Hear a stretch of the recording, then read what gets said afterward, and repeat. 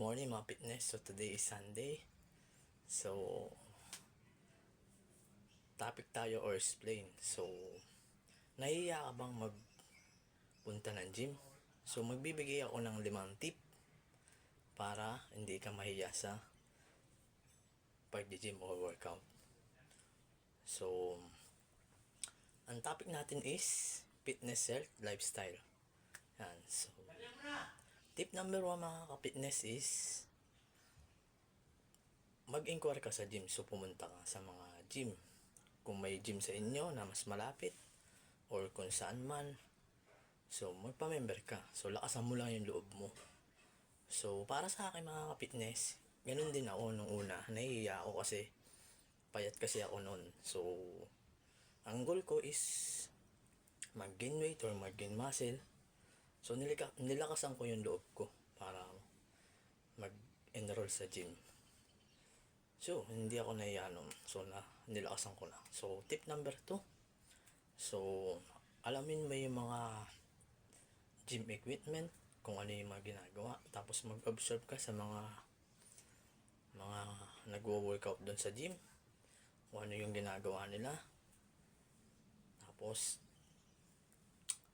tingnan mo yung mga workout routine or yung mga gym equipment, kung ano yung mga pangalan, yung mga fitness. Tip number 3 is kung wala ka pang alam sa pag-workout mga fitness is panuorin mo yung sa YouTube channel yung mga workout routine, or mag-search ka sa Google. So kalimitan kasi is nasa Google na and YouTube, ibang pattern ng program. Or kung may ina-idolize ka naman, so panuorin mo rin yung mga workout routine niya. Ayun mga fitness. Yun mga ka-fitness. So mag-research ka sa YouTube or sa Google or sa Facebook, or kung may mga ina-idolize ka naman, so panoorin mo yung mga workout video niya. So yun yung tip number 3. So tip number 4, so kung wala ka namang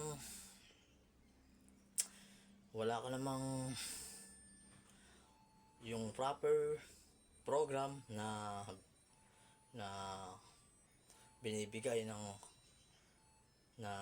isang kagaya mo na nagwo-workout lang, so gumawa ka ng workout video or sarili mong program.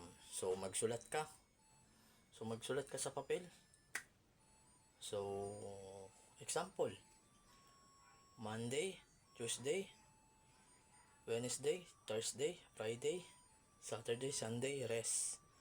Yan. So kung di mo yung alam yung mga workout routine, so mag-search ka sa mga Google. Ayun yung tip number 4. So tip number 5 natin is mga fitness is, so yung tip number 5 natin is mag-research ka din sa mga Google kung ano yung mga proper nutrition or pagkain para may mga idea ka. Tapos lagi mo lang tandaan na huwag kang mahiya.